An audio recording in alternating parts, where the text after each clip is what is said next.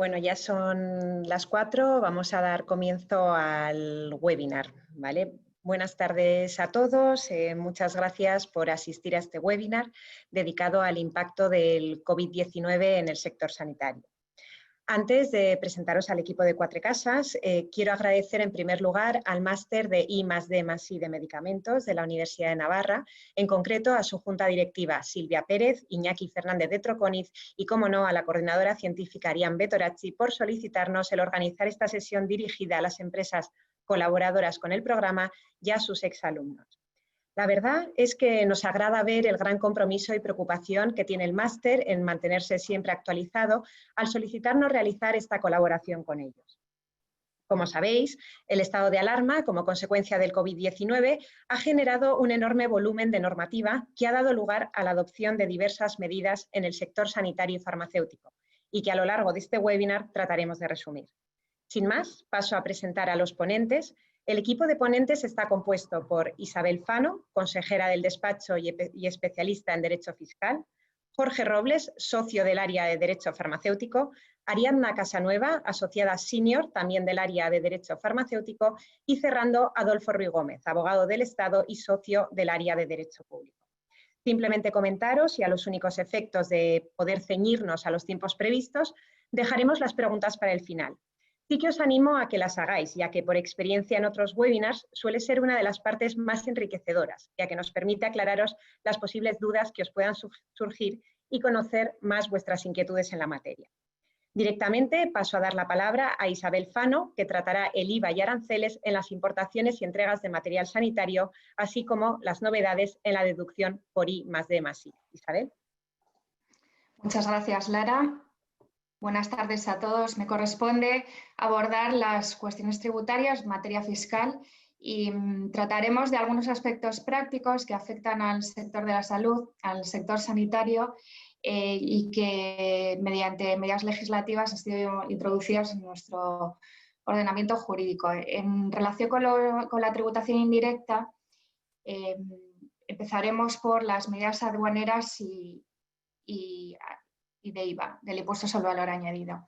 Para paliar los efectos de la crisis sanitaria y poder proveer a nuestro personal sanitario y a la población en general de equipos de protección, la Comisión Europea adopta el 3 de abril una decisión que aprueba la exención o la franquicia de los derechos arancelarios y del IVA en la importación de bienes o de material necesario para afrontar o para proveer a las víctimas de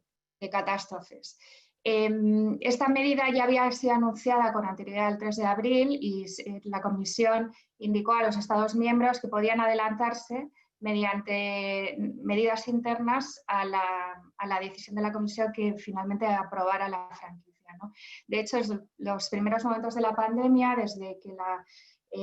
Organización Mundial de la Salud declara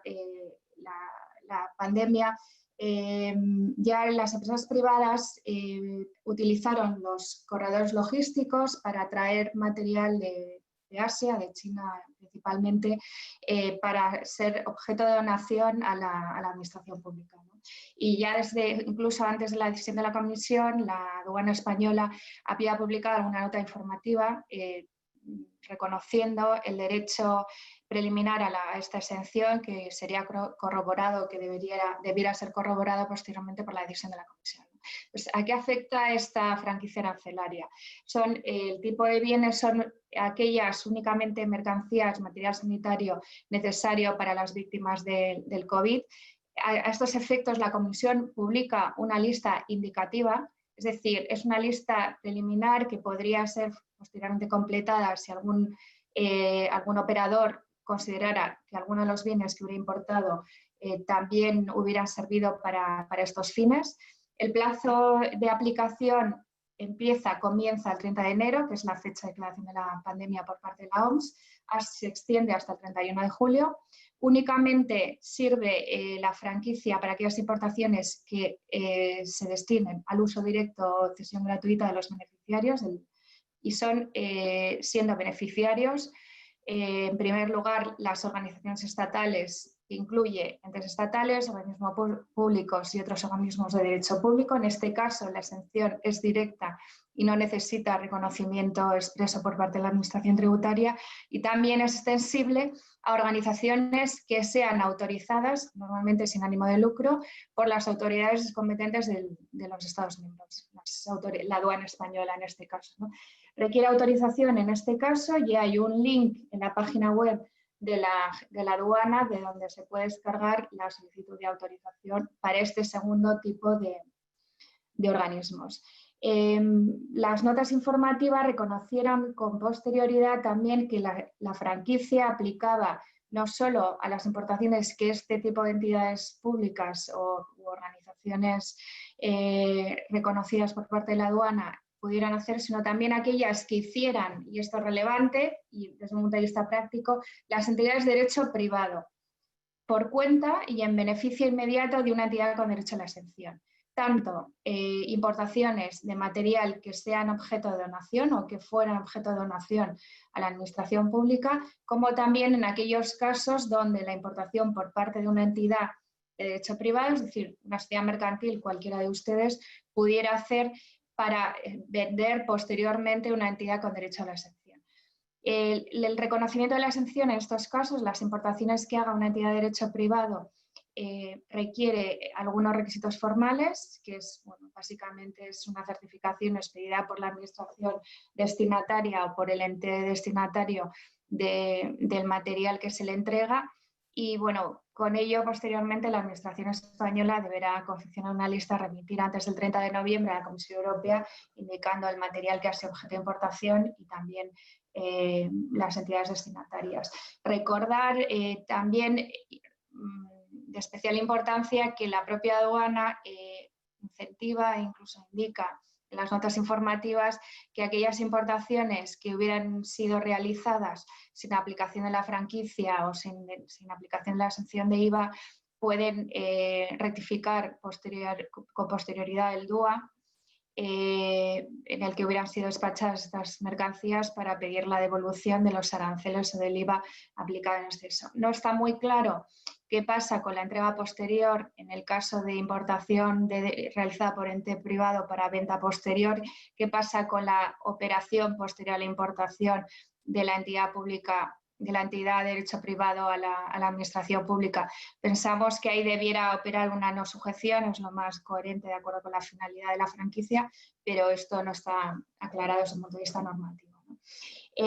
Ante las voces de los operadores privados respecto de la posible distorsión de la competencia que se producía al existir una franquicia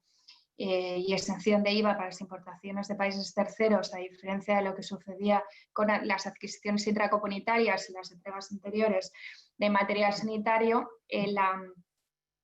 Administración, bueno, el Gobierno español, el Ejecutivo, mediante Real Decreto Legislativo 15/2020, introduce la aplicación de un tipo de IVA cero en las entregas interiores, adquisiciones intracomunitarias e importaciones de material sanitario de la lista del anexo de este Real Decreto Legislativo, cuyos destinatarios fueran entidades de derecho público, clínicas, centros hospitalarios y entidades privadas de carácter social. Bien, ¿cuál es digamos que este tipo cero que había sido reclamado tiene un enganche jurídico en la posibilidad de, digamos, la Comisión Europea autoriza a los Estados miembros a adelantarse a la transposición de una directiva que estaba ya en proyecto, ¿no? De otro modo no hubiera podido aplicar el tipo cero a estas entregas, ¿no? Y bueno, en este sentido, pues el Estado español, a la vista de esta decisión de la Comisión, de esta resolución de la Comisión, donde se les autoriza anticiparse a la aplicación del tipo de IVA cero, pues lo introduce en nuestro ordenamiento jurídico, ¿no? Hay ciertas diferencias entre la franquicia y el tipo de IVA cero, ya que los destinatarios no coinciden, se amplía el ámbito subjetivo de aplicación en el tipo de IVA cero, ya que incluye a entidades que inicialmente no podían aplicar la franquicia de IVA y del arancel, que son las clínicas y los centros hospitalarios, ¿no? También hay cierta diferencia entre la manera de aplicar el tipo de IVA cero en la importación, ya que solo vale para importación directa y no para la realizada por entidades privadas que después van a vender a una entidad con derecho a la exención. El tipo de IVA cero, desde luego, da derecho a la deducción de IVA. Y el ámbito temporal también es diferente. En la franquicia, el ámbito temporal se retrotraía hasta el 30 de enero por cuestiones prácticas de adaptación de los sistemas informáticos. El tipo de IVA cero únicamente se aplica desde la entrada en vigor del Real Decreto Legislativo, que es el 23 de abril, y también hasta el 31 de julio. Recordar aquí a estos efectos que el devengo de IVA se produce también con el pago anticipado, por lo tanto, si hubiera devengo anticipado de IVA, devengo de IVA por pagos anticipados con anterioridad al 31 de julio, aunque la entrega fuera posterior, el tipo que se aplicaría en esa factura de pago anticipado sería también el tipo de IVA cero. Bueno, esto por lo que se refiere a la imposición indirecta. En la imposición directa hay poco, muy poco. Más bien, yo creo que lo que merece la pena es recordar algunas medidas que estaban ya en nuestro ordenamiento jurídico, en el impuesto sobre sociedades, para un poco darles protagonismo en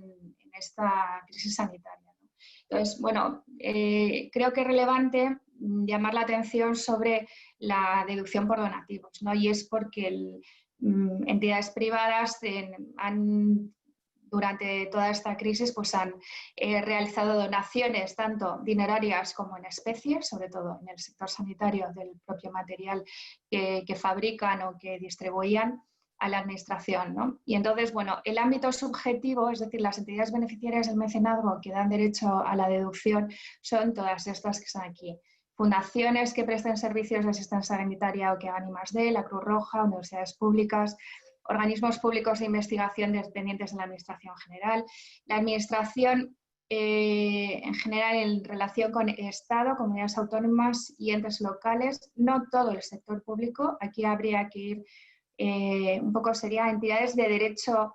público, la administración en general, pero no, por ejemplo, no entran dentro del ámbito de aplicación los consorcios, ¿no? Por lo tanto, aquí hay también que ser cuidadoso a la hora de definir el sector público y las entidades beneficiarias, ¿no? Bueno, ¿cuál es el importe de la deducción por donativos? Ha habido cierta mejora en el ámbito de las personas físicas, pero se mantiene igual en el ámbito de las personas jurídicas. La deducción dineraria o en especie que haga una persona jurídica o una sociedad a favor de cualquiera de estas entidades no es deducible en el impuesto sobre sociedades, la base imponible, pero da derecho a una deducción del 35% de la cuota. Si bien la base de la deducción tiene como límite el 10% de la base imponible del contribuyente, y si me paso, tengo 10 años para poder aplicarlo, y luego también recordar que si estoy donando en especie, es decir, mi circulante, mis productos, en sede del donante están exentas las rentas que en su caso se pudieran de manifiesto por diferencia entre el valor de entrega y el coste de adquisición, ¿no? Para poder tener derecho a la deducción tendré que tener cuidado de que la entidad destinataria me expida un certificado que tiene una serie de formalidades y ese certificado es el que después la Administración Tributaria comprobará para vigilar el derecho a la aplicación de la deducción. Alternativamente, como no siempre las sociedades mercantiles van a tener base suficiente o cuota suficiente para aplicar la deducción, recordar que como alternativa en los casos de donativos tengo la posibilidad de suscribir un convenio de colaboración, ¿no? Y pasamos a la siguiente diapositiva. En este caso, en los convenios de colaboración empresarial, que es la alternativa a la aplicación de la deducción, bueno, me comprometo mediante un convenio a realizar determinado donativo, determinada donación, y la beneficiaria se compromete a difundir la colaboración que yo estoy realizando en medios públicos. Por lo tanto, tengo pues una proyección social importante en relación con ese donativo o esa contribución que esté realizando, ¿no? La difusión de la colaboración no es una prestación de servicio sujeta a IVA, y por otro lado, la donación en especie o monetaria que yo esté haciendo pues será gasto deducible del impuesto sobre sociedades, pero en este caso no tengo ninguna deducción adicional. Bueno, por último, en el ámbito de la deducción de I+D+I, ¿qué cuestiones podemos, respecto de qué cuestiones podemos llamar la atención, ¿no? De nuevo, tampoco hay ninguna norma específica que haya sido introducida por parte del Ejecutivo o por parte del Gobierno en la crisis sanitaria, pero a mí me gustaría llamar la atención sobre dos cuestiones. La primera es una de las preguntas frecuentes que publica la propia agencia tributaria en la página web en relación con lo siguiente, ¿no? Es posible que algunas de las empresas españolas hayan adaptado sus procesos productivos para producir mascarillas o respiradores, por ejemplo. Y empresas, de hecho, que no se dedicaban al sector sanitario, de repente pues estaban SEAT, ha habido bastantes casos, incluso del sector de automoción, de varios sectores, ¿no? Entonces, esta es la pregunta que cuelga directamente la agencia tributaria, se hace a sí misma esta pregunta, que es la siguiente. Una empresa se está dedicando a producir mascarillas y respiradores con impresoras 3D. ¿Tendré derecho a alguna deducción por I+D+I, ¿no? Y entonces la respuesta es lacónica, pero dice, bueno, usted se la podrá aplicar siempre y cuando los gastos que incurra en I+D+I cumplan los requisitos establecidos en el 35, es decir, vuelve a la ley, ¿no? Entonces, bueno, yo creo que la pregunta es relevante en relación con las impresoras 3D porque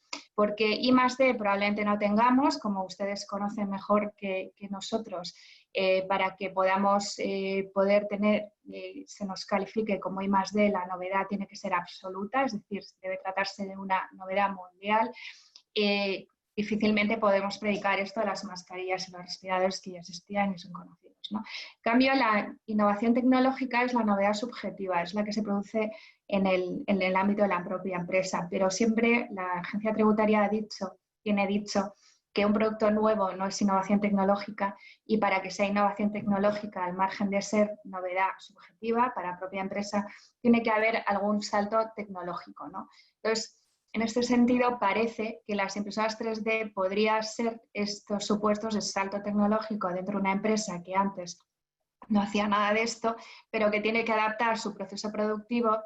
para fabricar otra cosa con una tecnología nueva, no nueva en el mundo, pero sí acaso tecnológicamente avanzada, de tal manera que pueda considerarse como un salto tecnológico para la propia empresa que comienza a fabricar esto, ¿no? Bueno,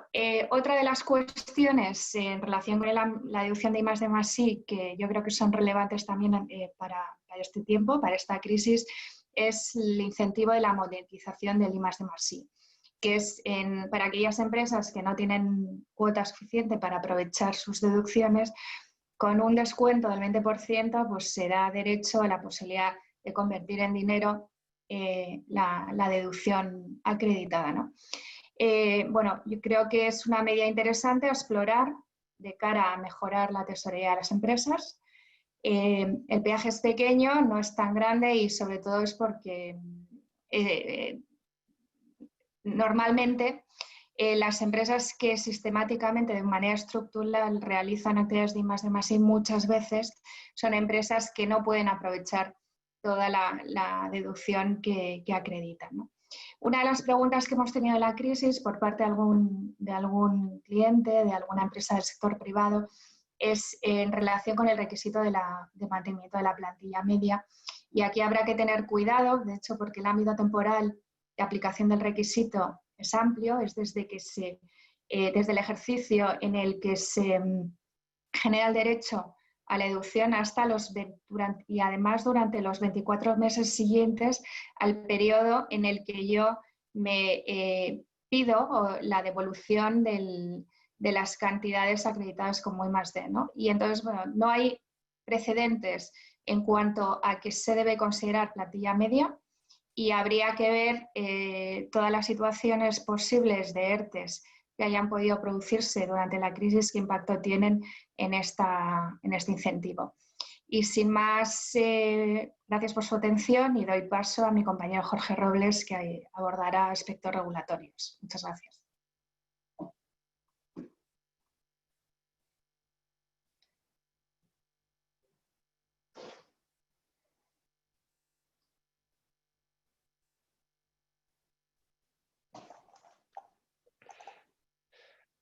Buenas tardes, muchas gracias por asistir a este webinar. Tanto yo como Ariadna comentaremos las medidas de carácter regulatorio que se han adaptado en relación con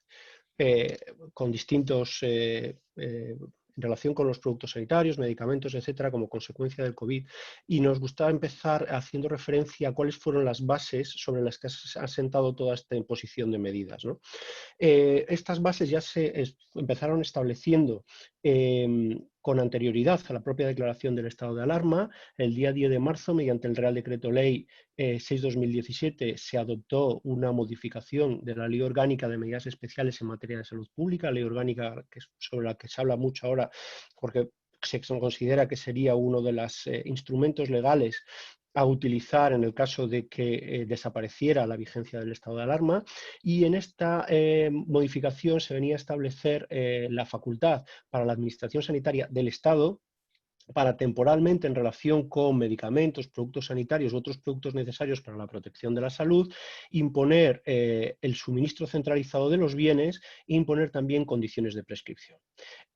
Con posterioridad se modificó el día, aquí tenemos un pequeño error, el día 12 de marzo, mediante el Real Decreto Ley 7/2020, una modificación de la Ley de Garantías, una modificación por la que se venía a introducir un segundo párrafo en el artículo 94.3 de la ley, importante porque en él se establecía que en caso de situaciones excepcionales sanitarias y con el fin de proteger la salud pública, la Comisión Interministerial de Precios de los Medicamentos podría fijar el importe máximo de venta al público de medicamentos, productos sanitarios no sujetos a prescripción médica y de otros productos necesarios para la protección de la salud que se dispensen en territorio nacional. Y añadía que estas se mantendría mientras se mantuviera esta situación excepcional. Como sabemos, esta modificación legal ya se llevó posteriormente a la práctica mediante la regulación de estos importes máximos de venta al público, precios máximos de venta al público de distintos productos, sobre lo que nos referiremos posteriormente. Finalmente, es relevante, el día 14 de marzo, el Real Decreto 463/2020, conocemos todos ya como Real Decreto de Declaración del Estado de Alarma, por el que se establecían una serie de medidas de refuerzo del Sistema Nacional de Salud, o de medidas también para asegurar el suministro de bienes y de los servicios necesarios para la protección de la salud. Entre otras medidas, se establecía el mando único que correspondía al Ministerio de Sanidad, se establecía quiénes eran las autoridades delegadas que actuaban bajo el Ministro de Sanidad, y también cómo la gestión de los servicios sanitarios seguía correspondiendo bajo ese mando único a las administraciones locales, atribuyendo al Ministro de Sanidad tanto la posibilidad de ejercer facultades necesarias sobre los centros, servicios, establecimientos sanitarios de titularidad privada, como la posibilidad de intervenir y ocupar transitoriamente estos centros, servicios, establecimientos sanitarios, así como se señalaba expresamente los que desarrollaban su actividad en el ámbito farmacéutico. Dicho esto, las medidas que afectan al sector sanitario son medidas que afectan básicamente a todos los ámbitos. Son tantas medidas que, dado el carácter limitado del webinar, vamos a pasar muy por encima, básicamente citándolas, y por lo que cualquier duda, cualquier comentario que surja sobre ello, cualquier petición de un análisis un poco más concreto, nos remitimos a las preguntas que se puedan hacer. Estas medidas afectan tanto a los medicamentos como a los productos sanitarios, a los equipos de protección individual. Nos hemos encontrado ya que en la prensa generalista ya se distingue muy claramente entre producto sanitario y equipo de protección individual. Hablamos de mascarillas porque ha aparecido un nuevo tipo de producto, las mascarillas higiénicas, que ni son productos sanitarios ni son equipo de protección individual, a los biocidas, a los cosméticos, a los ensayos clínicos, incide también en la actividad de los centros sanitarios de titularidad privada, incide en la fijación de precio de venta al público de todos estos productos que acabamos de señalar, y finalmente incide incide en la contratación pública, sobre lo que entrará en su análisis Adolfo al final, en la parte final del webinar. En relación con los medicamentos, como digo, vamos a hacer unas referencias muy limitadas para que podamos tener tiempo a la exposición. Por lo que se refiere a los medicamentos, las medidas más importantes que se han establecido durante todo este tiempo han sido ya el 16 de marzo, por una resolución de la Agencia Española de Medicamentos y Productos Sanitarios, se impuso el régimen de distribución controlada en relación con la hidroxicloroquina y la cloroquina fosfato, medicamento que se ha convertido también en mundialmente famoso por ser utilizado por Donald Trump en el tratamiento profiláctico que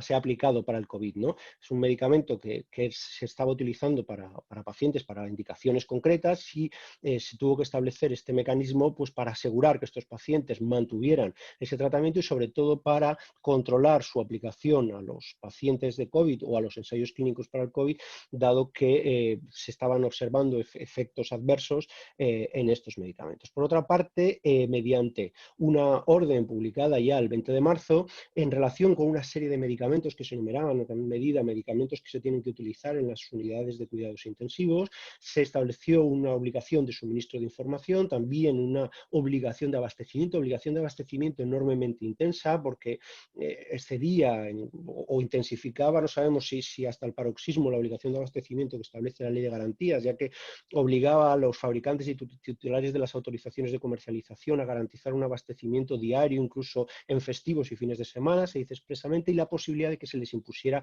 una priorización de producción de estos medicamentos. Asimismo, por otra orden ministerial, en este caso de 25 de marzo, se establecieron una serie de medidas para los medicamentos de dispensación hospitalaria y medicamentos de uso hospitalario, medidas claras y evidentes, puesto que si lo que se trataba era de alejar a las personas de colectivos de riesgo de los hospitales, pues a estos medicamentos, por ejemplo, los medicamentos de dispensación hospitalaria, lo que se trataba era de que se buscaran cuáles, pero esto sí que es verdad que la orden lo dejaba a las comunidades autónomas, que fuera cada comunidad autónoma competente en materia de prestación farmacéutica, que adoptara las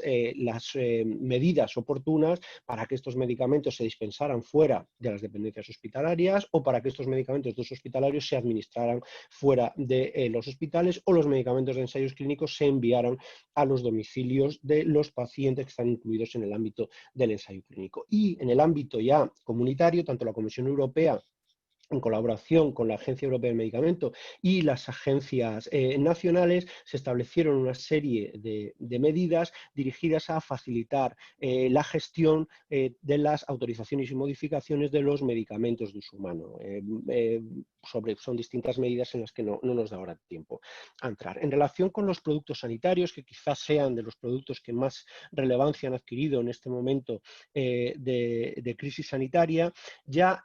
por orden del 15 de marzo, del día siguiente de declaración de estado de alarma, de que el domingo, se estableció para una serie de productos sanitarios que después han cobrado mucha importancia, como son las mascarillas, los test PCR y los test para el diagnóstico clínico, los dispositivos de ventilación mecánica invasiva, etcétera. Se establecía a las empresas que fueran bien fabricantes importadores o que tuvieran la capacidad de desarrollo de las mismas, una obligación de informar de cuáles eran las unidades disponibles que tenían, si eran importadores fabricantes, y cuáles eran las unidades diarias capaces de poner en el mercado. Esta era una obligación que había que cumplir en el plazo de 2 días, y era una obligación que generó una cierta situación de incertidumbre, puesto que, si nos acordamos, en aquellos momentos empezaron a salir noticias en relación con la confiscación de productos sanitarios, etc. La verdad es que con posterioridad, el 17 de marzo, se publicó una nota informativa por el Ministerio diciendo que lo único que se quería con esta orden era conocer cuál era el stock disponible y la capacidad de desarrollo de estos productos, pero que no estaba previsto realizar confiscaciones, que no había que cesar en la comercialización de estos medicamentos, que sí en relación con las mascarillas, ya el 2 de marzo la Agencia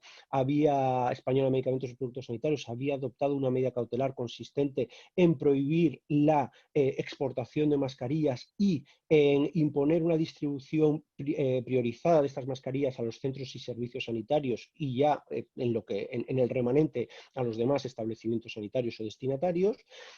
pero que en lo demás se podría comerciar libremente. Por otra parte, por la Agencia Española de Medicamentos y Productos Sanitarios también se dictaron unas instrucciones en relación con la importación. Pues hay que tener en cuenta que para la importación de productos sanitarios es necesario cumplir tanto por parte de quien importa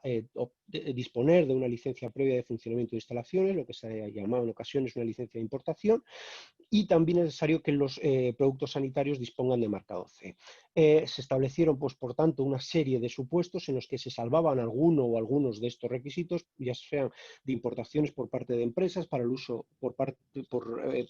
el personal de esa empresa y para el desempeño de sus funciones, envíos que hicieran de particulares a particulares, el caso de donaciones, por ejemplo, de la comunidad china, importaciones que se pudieran hacer por parte de comunidades autónomas, incluso de productos sin marcado CE, etcétera. Ya si nos vamos a abril, el 6 de abril, y ante la situación grave que existía y también las manifestaciones realizadas por algunas empresas que se disponían o que se ponían al servicio de la administración para fabricar estos tipos de productos, se dictó una orden el 6 de abril por la que se facultaba a fabricar estos productos sanitarios, básicamente las mascarillas y las batas, a aquellas empresas que, aun no disponiendo de una licencia previo de funcionamiento de instalaciones, obtuvieran de la Agencia Española una licencia extraordinaria. Asimismo, se facultaba la posibilidad de utilización de estos productos, aunque no tuvieran el marcado CE, en el caso de que la agencia diera, y se exhortaba a ello a la agencia, la autorización expresa a la que se refiere el artículo 15 del Real Decreto de productos sanitarios, y se establecía además, que una cuestión curiosa, una exención de responsabilidad para las empresas que se acogieran a estas medidas. En el caso de que se produjera cualquier daño, lo asumiría o cualquier reclamación, la responsabilidad la asumiría la administración, siempre que las entregas fueran a la administración del Estado, exclusivamente se refiere a la administración del Estado, y siempre que la empresa no obtuviera ningún beneficio empresarial. Cuestión que plantea la duda de si puede cubrir con los costes aunque no obtenga beneficio empresarial. Otra de las medidas de carácter general ha sido ya bien conocida, el aplazamiento de la puesta en aplicación, que no la entrada en vigor, sino la puesta en aplicación del nuevo reglamento de productos sanitarios, el 2017, el reglamento 745, que debería haber entrado en aplicación el 26 de mayo de 2020, y ante todas las dificultades que existen se ha trasladado su puesta en aplicación al 26 de mayo de 2021. Asimismo, que aquí no aparece, ha salido también una nota de la agencia por la cual se desplaza la obligación de ajustarse a modificaciones que haya que hacer en las instrucciones de uso y en el etiquetado de productos sanitarios como consecuencia del Brexit hasta el 25 de mayo de 2021. Esta es una cuestión que ya se había modificado como consecuencia cuando parecía que iba a ocurrir el Brexit sin acuerdo, y dado que pues, iba a haber productos que iba a haber que poner en el mercado con organismos notificados que dejaban de ser organismos notificados europeos, y bueno, todo este problema, y ahora esto se traslada, sabiendo que ahora disponemos del periodo transitorio hasta el 31 de diciembre, se traslada hasta el 25 de mayo de 2021. Por lo que se refiere a los equipos de protección individual, la modificación o la medida una de las medidas más relevantes es la fijación de las especificaciones alternativas. Es decir, se dictaron dos resoluciones, una de 20 de marzo y otra ya de 23 de abril, por la cual para distintos equipos de protección individual, son mascarillas, son los equipos de protección individual, ocular y facial, es la ropa de protección. Para los guantes se les establece la posibilidad de que estos se comercialicen aun cuando no obtengan el marcado CE y cumplan con unas especificaciones alternativas, por lo que se acude a especificaciones de otros países. Se trata de importar, de traer productos de otros países, y por lo tanto se busca que estos productos puedan entrar en España. Entonces se establecen cuatro escenarios. ¿Qué equipos de protección individual se pueden comercializar ahora en España? Aquellos que tengan marcado CE, evidentemente, aquellos que obtengan el marcado CE de acuerdo con estas especificaciones alternativas, para lo que sea necesario que acudir a un organismo notificado, que sabemos que son distintos de los organismos notificados de los productos sanitarios, pero también dos supuestos intermedios, que son las compras y adquisiciones públicas de aquellos productos, equipos de protección individual que no tienen marcado CE, pero sí cumplan con estas especificaciones alternativas, siempre que se vayan a destinar a profesionales sanitarios y siempre que se haya una verificación del producto por parte de la autoridad adquirente o compradora, porque esto se aplica también para los supuestos de donaciones, y por otra parte los supuestos de autorización temporal, es decir, aunque el producto no tenga marcado CE, una empresa puede decidir traerlos a España, ponerlos y puede solicitar una autorización temporal que se la tendrá que dar la autorización competente en materia de vigilancia de mercado, que son las autorizaciones, las autoridades autonómicas, por ejemplo, en el País Vasco es la Dirección de Empresa y Administración Industrial, en Navarra es la Secretaría General de Industria, y tienen que verificar si cumplen con estas especificaciones alternativas, darán esta autorización temporal que tendrá vigencia hasta que se obtenga el marcado CE en un procedimiento de evaluación de conformidad o, como mucho, si no lo obtuviera, hasta el día 30 de septiembre. Y el nuevo tipo de productos que son, como sabemos, las mascarillas higiénicas, que bueno, viene a reconocer una realidad, pues eran las mascarillas que empezaba a hacer pues distintas iniciativas, ONGs, distintos grupos de personas casi en sus casas o empresas textiles que empezaban a realizarlas, y ante la inexistencia de este tipo de productos pues se empezó a considerar la necesidad de dar una regulación, se elaboraron unas normas UNE, que son las 64 para las mascarillas para las mascarillas de adulto, y la 65 se aprobó posteriormente para las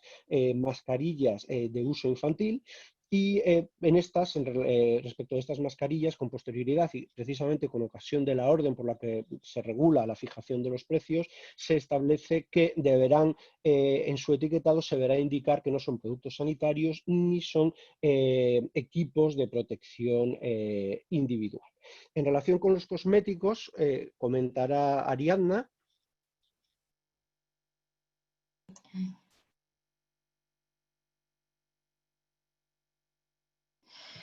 Muchas gracias, Jorge, y muy buenas tardes a todos. Otro de los productos protagonistas durante la crisis del COVID han sido las soluciones hidroalcohólicas,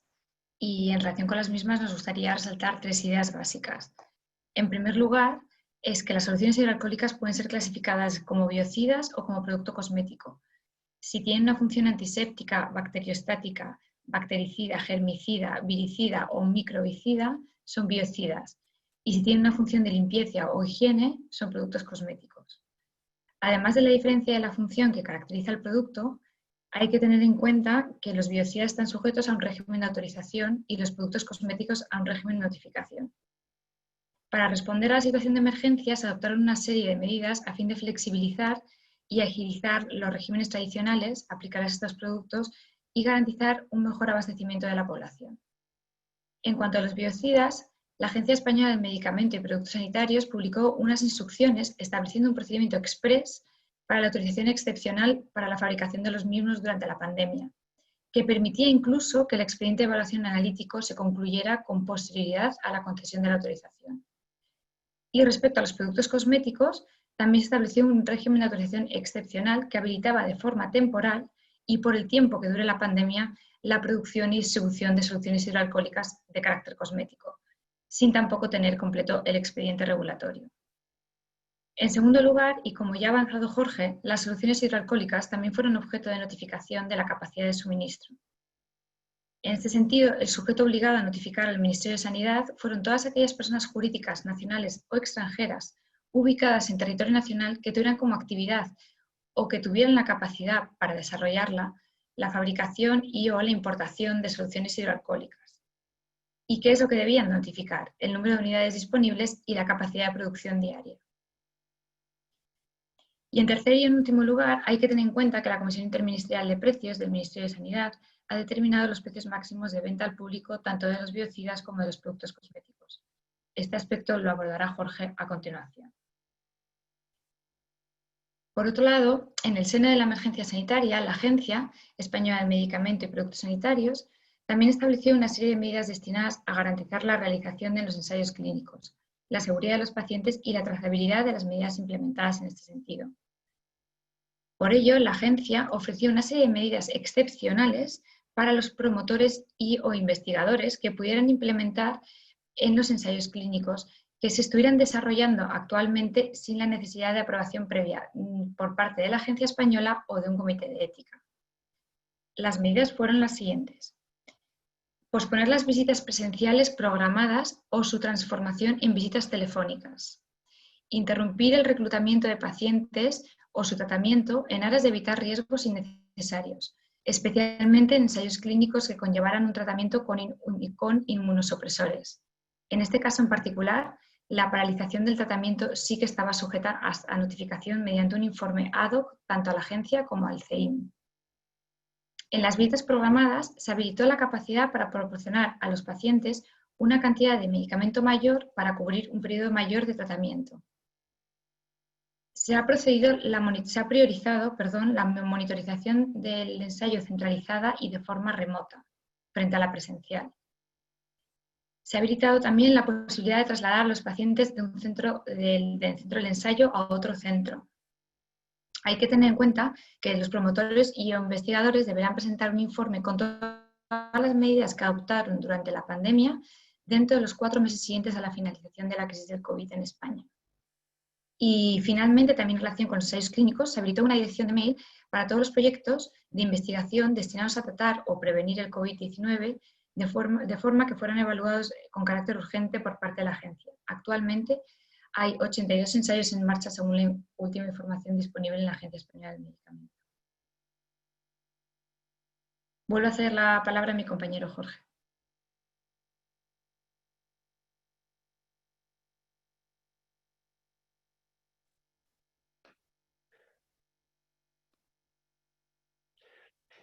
Simplemente ahora para terminar, y antes de darle la palabra a Adolfo, y casi como una introducción a la parte que va a entrar, comentar ya lo que ha adelantado Ariadna en relación con la intervención de precios, como adelantaba, y con base a la modificación que se hizo de la Ley de Garantías, mediante la Orden Ministerial 354-2020, la orden que se publicó el 19 de abril, se estableció cuál era el procedimiento para fijar este precio, que básicamente es darle la competencia a la Comisión Interministerial de precio de los medicamentos. Se fijó cuáles eran los productos que iban a quedar, para los que se iba a establecer este importe máximo de venta al público, que básicamente son las mascarillas quirúrgicas y los guantes de nitrilo, aunque las mascarillas quirúrgicas para las únicas en las que se ha establecido, las soluciones hidroalcohólicas, tanto las que tienen carácter de biocida como las que tienen el carácter de producto cosmético, y asimismo las mascarillas higiénicas. Esto ha dado lugar pues, a las dos publicaciones de los acuerdos de la Comisión Interministerial del Precio del Medicamento, que han establecido el famoso importe máximo de venta al público de 0,96 euros para las mascarillas higiénicas, y también los importes máximos de venta al público de las soluciones hidroalcohólicas, las que tienen carácter de cosmético, y posteriormente para las que tienen carácter de biocida. Pero ha habido más medidas que han intervenido en el ámbito de gestión o en el ámbito de la libertad, por decirlo así, de la libertad de empresa, ¿no? Se ha establecido una sujeción, un sometimiento de los centros servicios de titularidad privada, aunque se han puesto a disposición de las autoridades sanitarias, como hemos visto anteriormente. Se les ha obligado a mantenerse abiertos, puesto que con ocasión de la publicación del Real Decreto Ley 9/2020 se señaló que debían mantener su actividad y que eran servicios esenciales, con lo cual no podían ser objeto de ERTES, aunque había la duda de si podían ser objeto de un ERTE parcial por la reducción parcial de su actividad. Se ha establecido, entre otras medidas, es una de las medidas que quizá ahora mismo está teniendo una mayor trascendencia o está generando una mayor problemática, que es también la relativa a los centros que se dedican al diagnóstico y que puedan realizar las pruebas del COVID, como consecuencia de la orden ministerial 344/2020, por la que se señala que todos los centros de diagnóstico clínico quedan sometidos a las autoridades, quedan puestos a disposición de las comunidades autonómicas, que se podrá regular el precio de las pruebas diagnósticas para la detección de COVID, que además solamente se podrán realizar si existe una prescripción facultativa de acuerdo con las directrices que den las autoridades sanitarias, la obligación de comunicar los resultados de estas pruebas y también la obligación de comunicar por cualquier ente de naturaleza pública o privada que en relación con estas pruebas adquiera cualquier tipo de material, pues estas adquisiciones a las autoridades sanitarias autonómicas, que a su vez lo tendrán que comunicar si así se lo requiere al Estado. Esto ha generado, la verdad es que esta regulación en relación con este tipo de pruebas y estos centros ha generado un desarrollo, una regulación autonómica muy dispar, con regulaciones muy distintas. Hay comunidades autónomas en las que se está permitiendo expresamente que se realicen por las empresas, otras en las que se niega esta posibilidad, e incluso hay una alerta que publicó la agencia el día 12 de mayo, en la que se dice que estos productos, los test de COVID, dado que no son productos de autodiagnóstico, no se pueden vender a los usuarios por internet, ni tampoco se pueden vender en las oficinas de farmacia, que es bueno, una indicación que realiza la agencia, que sería, a mi juicio, discutible si analizamos cuál es el contenido del artículo 13 del Real Decreto de Productos Sanitarios para Diagnóstico in vitro. Todas estas medidas de intervención pues generan, ¿no?, unas fricciones con los derechos e intereses de las empresas, que van a dar lugar, creemos que pueden dar lugar a un escenario de reclamaciones importante, o así se puede considerar. Y sobre esto intervendrá Adolfo. Adolfo, cuando quieras.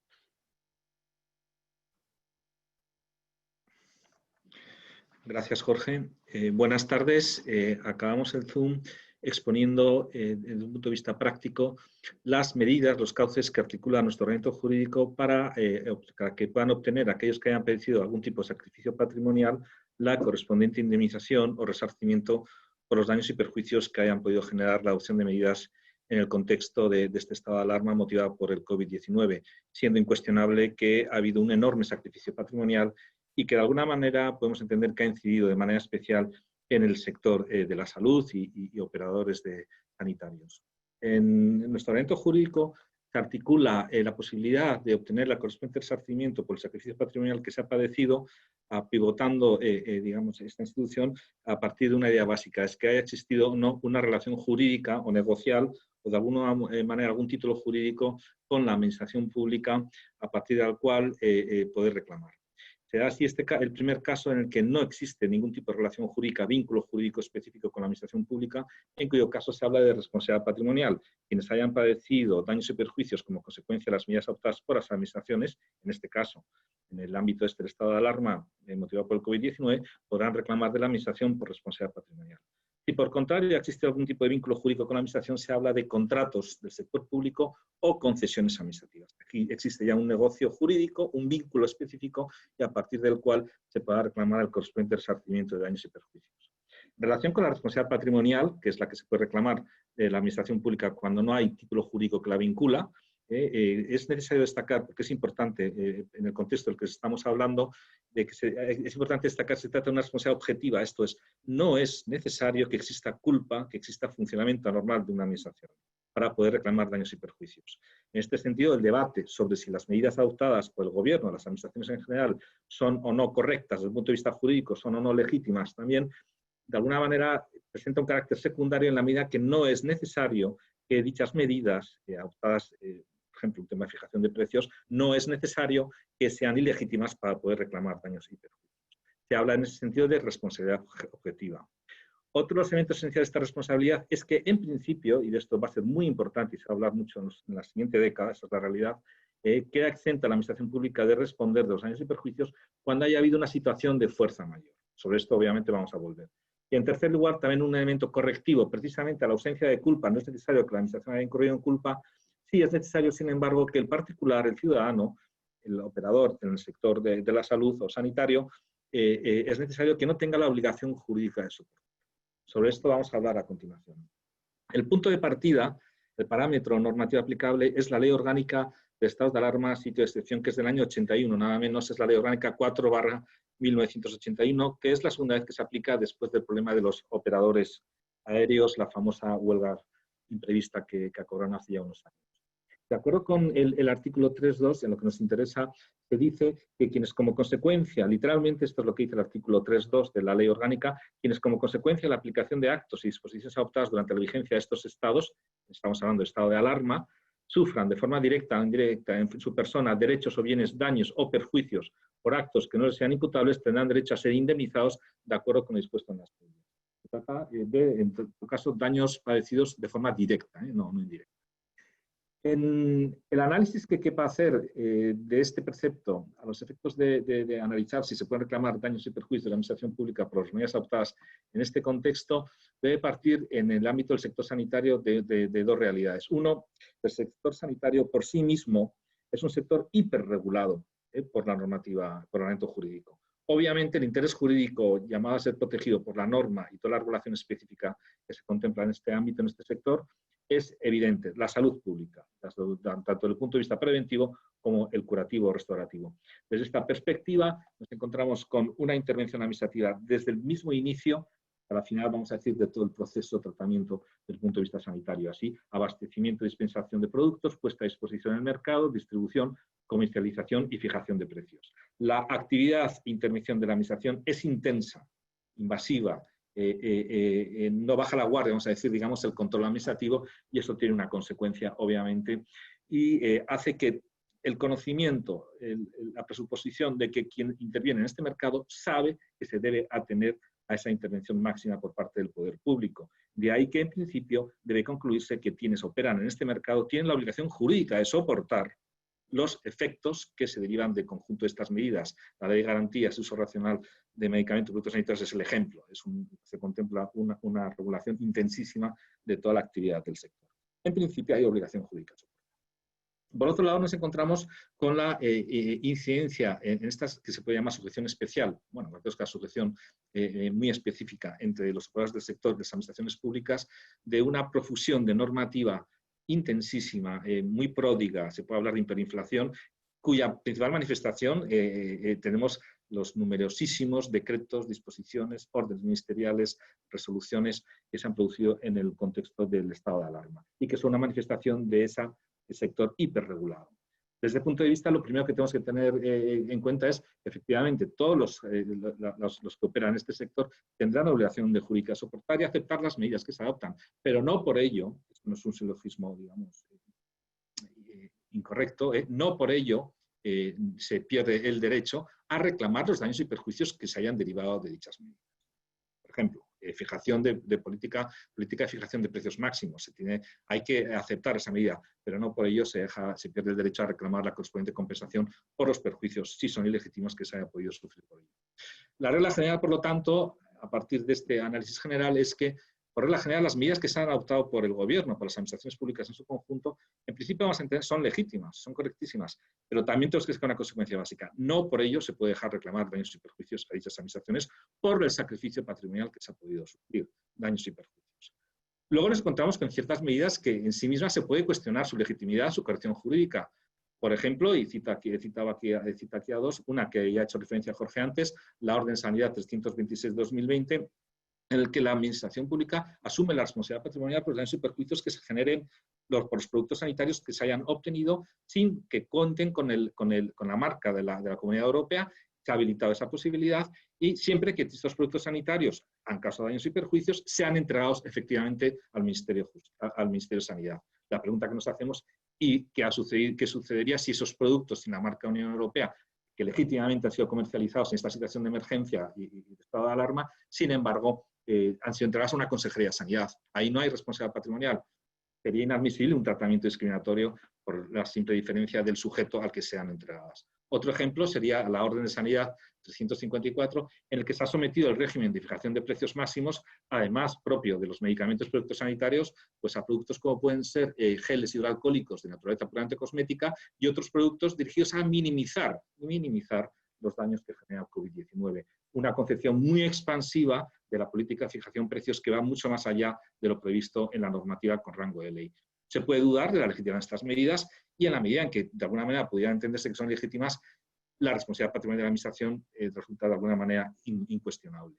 Otro supuesto también que genera un cierto incertidumbre desde el punto de vista de la cuestión jurídica es la indeterminación que padecen ciertas medidas sobre su proyección en el tiempo.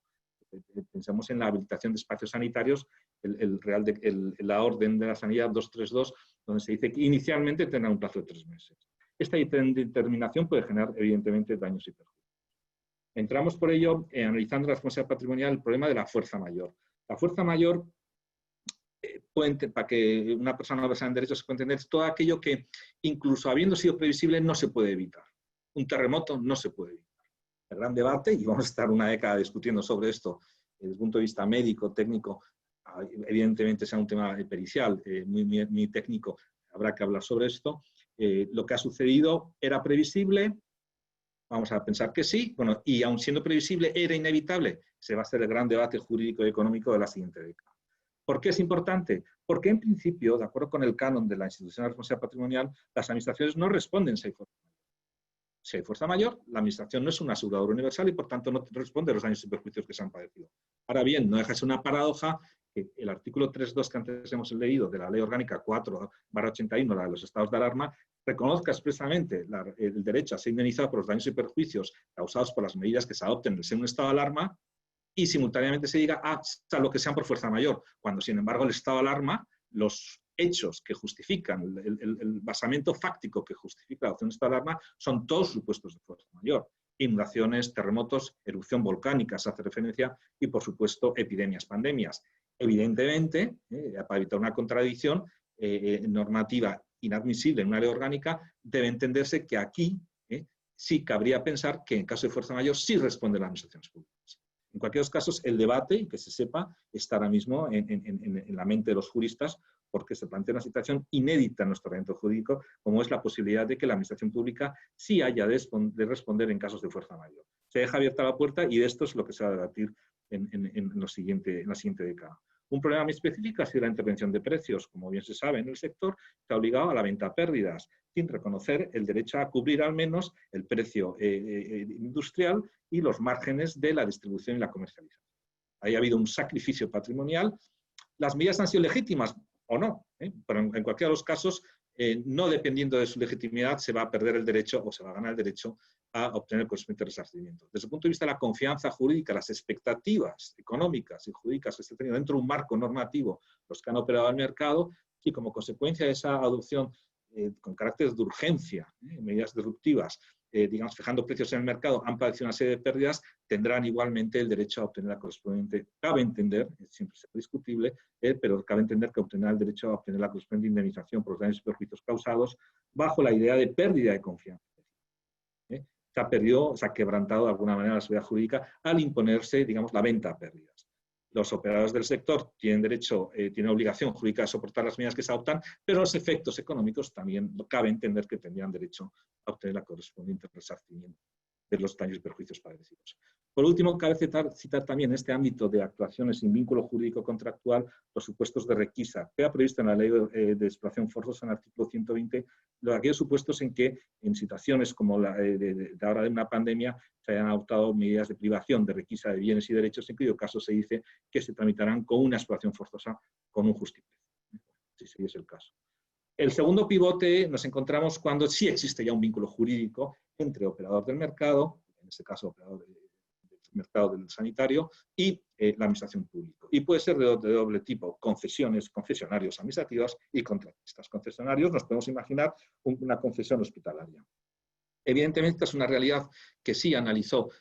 durante este periodo del Gobierno, en concreto a través del Real Decreto Ley 8/2020, en cuyo artículo 34, previendo que efectivamente se garantaba la idea de equilibrio económico que debe existir en un concesionario, quien presta un servicio público, asumiendo el riesgo operacional de ello, pero hay unos supuestos en que se quiebra radicalmente el equilibrio económico de la concesión, y es lo que ha sucedido. En estos casos, expresamente, el de Real Decreto Ley 8/2020, de hace un par de meses, expresamente su artículo 34 posibilitó que ante esta situación de quiebra del equilibrio económico de la concesión, el concesionario pudiese reclamar o una ampliación del plazo hasta un 15% más del plazo inicial previsto en una concesión, pues eso, son 20 años, pues un 15% más, o en su caso, una revisión del clausulado económico del convenio. Obviamente será el segundo cauce el que se empleará para obtener equilibrio económico. Una ampliación de plazo poco va a servir si no se reequilibra con anterioridad para permitir la supervivencia de la propia concesión. Sin embargo, se da una visión restrictiva en este artículo 34 en la medida en que se exigía que el órgano de contratación, esto es la administración que contrataba, entendiera que había imposibilidad de continuar con la prestación del servicio si no se obtenía dicho reequilibrio. Era un mecanismo que de alguna manera podía hacer cenar o de alguna manera limitar extraordinariamente la posibilidad de reequilibrio. La gran pregunta que nos hacemos es, ¿hay fuerza mayor? ¿No hay fuerza mayor? Cabría entender que sí cabe una fuerza mayor. Se daría una paradoja, a la administración le interesaría alegar que hay fuerza mayor bajo la doctrina canónica clásica para eximirse de la responsabilidad patrimonial, sin perjuicio de lo que hemos dicho antes de que se quedaría cubierta. Y en segundo lugar, sin embargo, en el ámbito de que las relaciones contractuales y concesionales, le decir que sí hay fuerza mayor para eximirse de algún tipo, interesa decir que no hay fuerza mayor para no, digamos, facilitar el equilibrio concesional, porque el equilibrio concesional siempre se va a traducir en algún tipo de sacrificio o relativo de la administración para compensar al particular que ha padecido unos perjuicios. Lo cierto es que la pregunta que nos podemos hacer, ¿qué va a suceder después del vencimiento del estado de alarma? Estamos ya en la sexta prórroga, me parece, ¿no? ¿Qué va a suceder con estas concesiones que hayan podido sufrir un perjuicio grave? Habrá que acudir al artículo 290 de la ley de contratos, la posibilidad de obtener dicho reequilibrio, porque parece evidente que hay una fuerza mayor, aunque expresamente no se contemple en la ley de contratos que eso sea una fuerza mayor, la pandemia. Y por último nos encontramos con el vínculo negocial jurídico plasmado en un contrato administrativo, un contrato del sector público. Los contratos del sector público, obras, servicios, suministros, nosotros básicamente los contratos de servicios y suministros, y cuyo régimen jurídico se ha visto también trastocado, modificado, en amparo del Real Decreto Ley que antes he hecho referencia, el 8/2020, en concreto su artículo 34. El Gobierno acordó una medida general de suspensión de todos los contratos del sector público,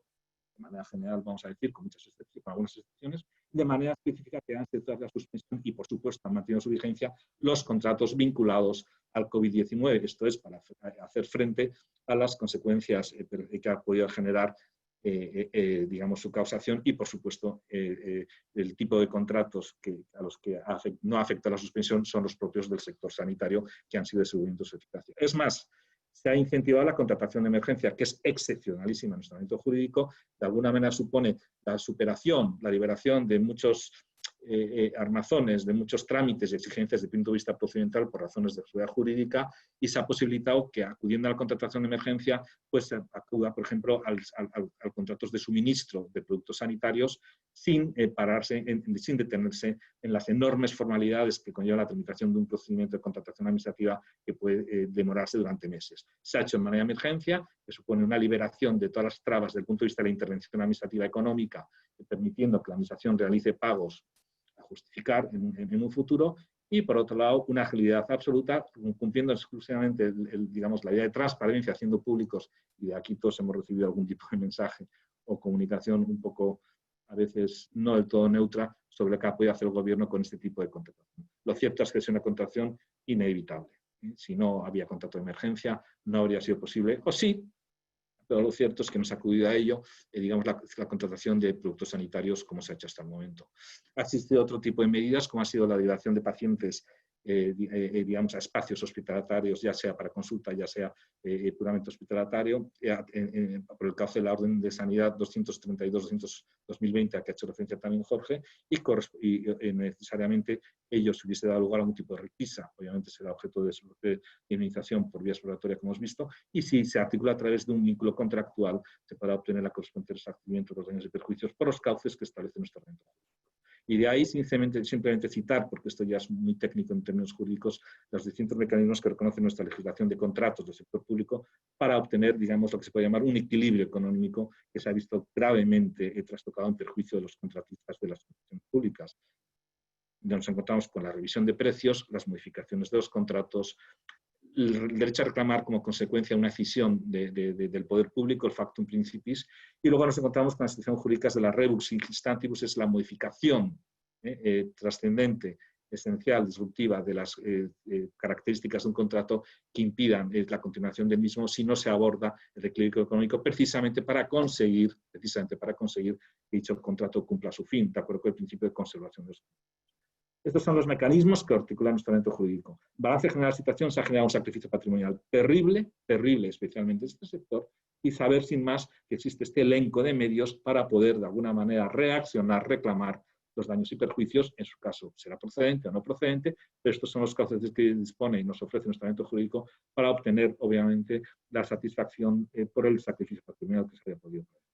Y con esto terminamos y damos las gracias por vuestra asistencia y atención. Muchas gracias, Adolfo. No sé, veo que no hay ninguna pregunta. Tenéis abajo una aplicación que pone preguntas o Q&A donde podéis hacernos llegar vuestras preguntas y os las vamos contestando. Voy a esperar un poco a ver si hay alguien que está escribiendo.